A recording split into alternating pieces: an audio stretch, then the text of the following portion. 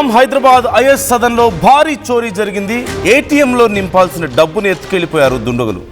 ఏటీఎంలో డబ్బు నింపేందుకు ఐఎస్ సదన్కు వచ్చింది సిబ్బంది ఏటీఎంలోకి వెళ్ళగానే వ్యాన్లో ఉన్న 17 లక్షల నగదు ఉన్నటువంటి ఒక ట్రంక్ పెట్టెను బైక్పై పెట్టుకొని పరారయ్యారు దుండగులు. ఈ ఘటన జరిగిన తర్వాత ఏటీఎం వ్యాన్ డ్రైవర్ కూడా కనిపించకుండా పోయాడు.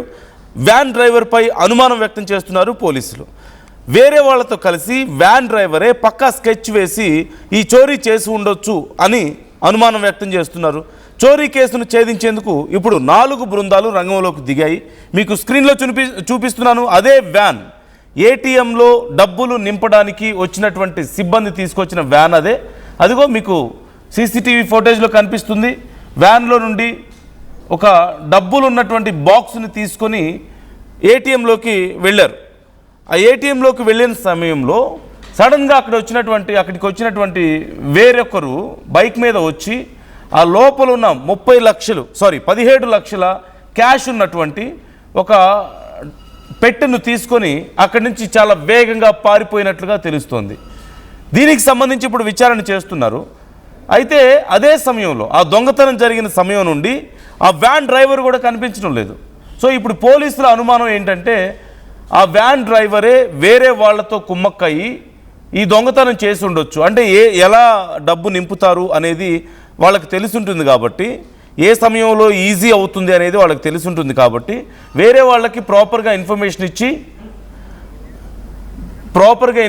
ఇచ్చి ఈ పని చేసినట్లుగా మనకి కొంత సమాచారం అందుతుంది. కొన్ని అనుమానాలు కూడా ఇక్కడ వ్యక్తం అవుతున్నటువంటి పరిస్థితి కనపడుతుంది. So as you can see, ఆ అనుమానితుల యొక్క ఫొటోస్ కూడా మీకు నేను స్క్రీన్ మీద చూపిస్తున్నాను. అండ్ వాళ్ళకి సంబంధించిన డీటెయిల్స్ చూడొచ్చు. శ్రీనివాస్ అతని పేరు, డ్రైవర్ అంటూ తెలుస్తుంది, ఆ వ్యాన్ డ్రైవర్. సో ఇతను ఇప్పుడు కనిపించకుండా పోయాడు. అయితే ఎగ్జాక్ట్గా తెలియదు, ఎందుకు కనిపించలేదు అనేది తెలియదు. బట్ వాళ్ళ అనుమానం ప్రకారం, పోలీసుల యొక్క అనుమానం ప్రకారం చూస్తే ఇతనే చేసి ఉండొచ్చు, ఇతనే వేరే వాళ్ళతో కలిసి ప్లాన్ చేసి ఉండొచ్చు అంటూ అనుకుంటున్నారు. సో దీనికి సంబంధించి ఇప్పుడు విచారణ జరుగుతుంది. నిర్మల జాయిన్ అవుతున్నారు, మా ప్రతినిధి నిర్మలని అడిగి మరిన్ని డీటెయిల్స్ తెలుసుకుందాం.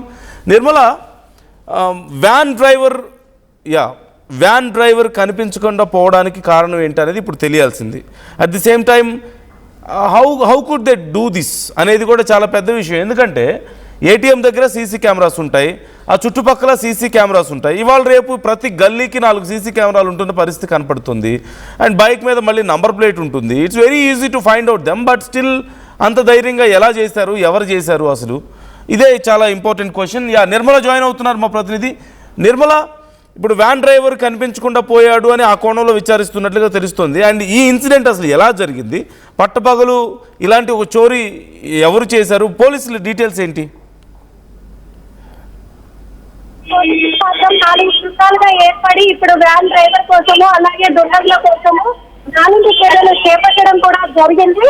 ఇదే కోణంలో కూడా ఏటీఎం దగ్గర చోరీ అనేది గతంలో కూడా కోటిలో కూడా ఏటీఎం లో చోరీ జరిగింది. ఇప్పుడు బాదపల్లిలో ఈడ్ బజార్ లో కూడా 17 లక్షలు ఒక్కసారిగా వ్యాన్ డ్రైవర్ కి లింక్ ఉంది అంటున్నారు. ఎందుకంటే చాలా వరకు ఇక్కడ అనుమానాలు వ్యక్తపరచడానికి గల కారణాలు చాలా దగ్గరగా ఉన్నాయి అనేది కూడా తెలుస్తుంది. ఎందుకంటే వీళ్ళు వ్యాన్ బయట ఆపుకొని తర్వాత వాళ్ళు మనీ అంతా ఏటీఎం లో పెంచడానికి వెళ్ళినప్పుడు ఇక్కడ 2 బైక్ పైన వచ్చినట్టుగా కూడా తెలుస్తూ ఉంది అని పోలీసులు చెప్తూ ఉన్నారు. బైక్ పైన వచ్చి దాంట్లో ఉన్నటువంటి ట్రంక్ పెట్టెను బైక్ మీద తీసుకొని వెళ్ళిపోవడము, ఆ తర్వాత ఈ వ్యాన్ డ్రైవర్ కూడా కనిపించకుండా వెళ్ళిపోవడం అనేది ఇక్కడ పోలీసులకు గట్టి ఆధారంగా కూడా మారింది అని చెప్పుకోవచ్చు. ఈ ఆధారంతోనే ఈ చోరీ పక్క ప్రణాళికతో జరిగినట్టు పోలీసులు అనుమానించి ఘటనకు సంబంధించి సీసీ ఫుటేజ్ ను కూడా పరిశీలిస్తూ ఉన్నారు. నిందితుడు కదలికలను గుర్తించే ప్రయత్నం కూడా చేస్తూ ఉన్నారు పోలీసులు. ఈ కేసును ఛేదించేందుకు చార్మినార్ జోన్ డీసీపీ కిరణ్ ప్రభాకర్ కూడా ఆధ్వర్యంలో ఆ ప్రత్యేక బృందాలు 4 బృందాలు కూడా చర్యలు చేపట్టే విధంగా కూడా మొత్తం మూవ్ అయ్యాయి కూడా చెప్పుకోవచ్చు. డ్రైవర్ కు సహకరించిన ఇతర వ్యక్తులు కూడా ఎవరున్నారు ఏంటి అనే విషయంలో కూడా డ్రైవర్ కి ఇంకా ఎంతమంది ఉన్నారు సాయం చేసిన వాళ్ళని కూడా పట్టుకునే పనిలో కూడా విస్తృతంగా కూడా వేట కొనసాగిస్తున్నారని కూడా చెప్పుకోవచ్చు. అదే విధంగా ఈ బైక్ పైన వెళ్ళినటువంటి వ్యక్తులు ఎటువైపు వెళ్ళారు, వాళ్ళు ఎక్కడి నుంచి వచ్చారు, అసలు ఈ డ్రైవరే పిలిపించాడా లేకపోతే డ్రైవర్ సహాయము ఈ బైక్ పైన ఉన్న వ్యక్తులు కోరారా అనే విధంగా కూడా ఫస్ట్ వాళ్ళని పట్టుకునే దిశలో పోలీసులు అయితే గట్టి నిఘా పెట్టి చర్యలు చేపడుతూ ఉన్నారు. Thank you Nirmala, thanks for the details. అయితే ఇక్కడ ఒక్క విషయం, ఇంతకుముందు మనం మాట్లాడుకున్నట్లుగా ఏ మాత్రం తెలివి ఉన్నా ఇలాంటి పని చేస్తుండేవాళ్ళు కాదేమో. ఎందుకంటే ఇవాళ రేపు ప్రతి గల్లీలోనూ సీసీ కెమెరాలు ఉన్నాయి, ఎస్పెషల్లీ ఏటీఎం చుట్టుపక్కల అన్ని కెమెరాస్ ఉంటాయి.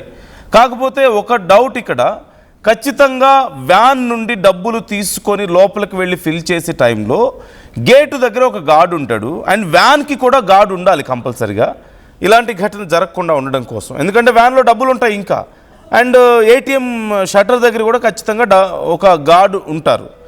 మరి వాళ్ళు ఏటీఎంలోకి వెళ్తారు, షట్టర్ ఆ టైంలో క్లోజ్ చేస్తారు కాబట్టి వాళ్ళు ఇమీడియట్గా బయటకు వచ్చి, అక్కడ ఒకవేళ దొంగతనం జరుగుతున్నా వాళ్ళకి తెలియకపోవచ్చు, సమ్టైమ్స్ బయట ఉన్న వాళ్ళే చూసుకోవాలి.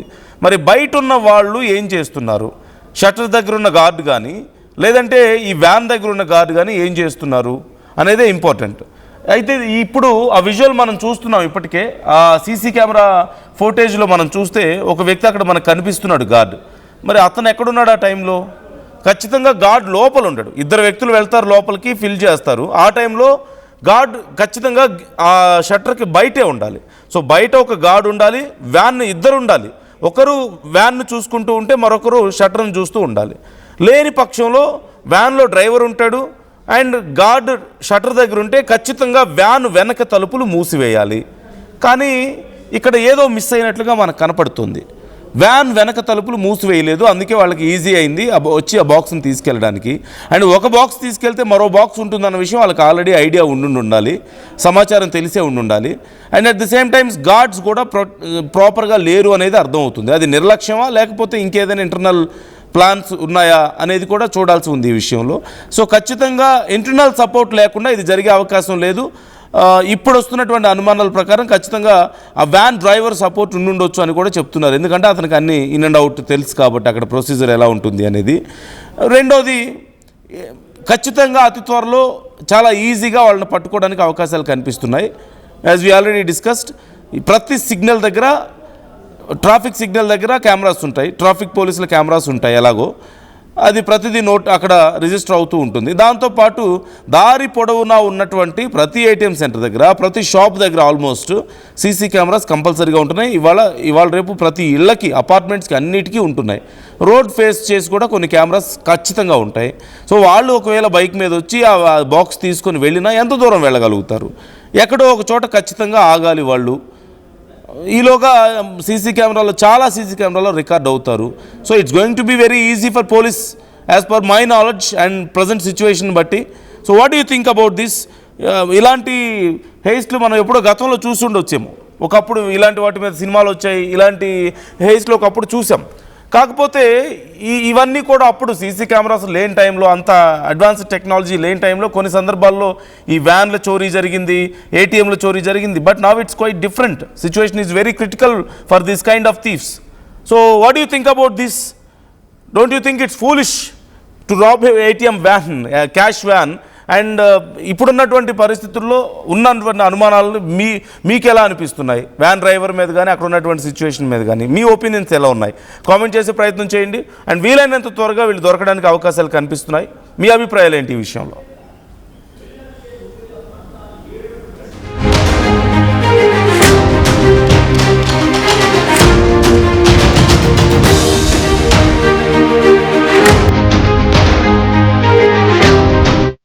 గవర్నమెంట్ ముందు పెయింట్ ఎలా చేస్తాం?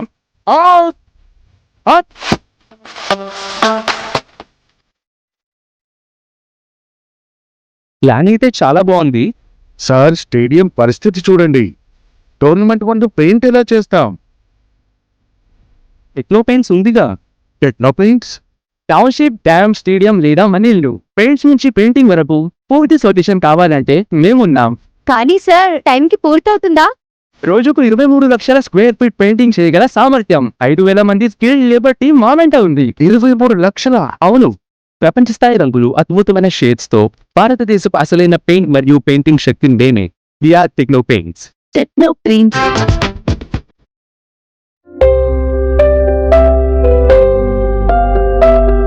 చిన్న చిన్న ఆనందాలు 35 ఏళ్లుగా నా జీవితంలో లేవు.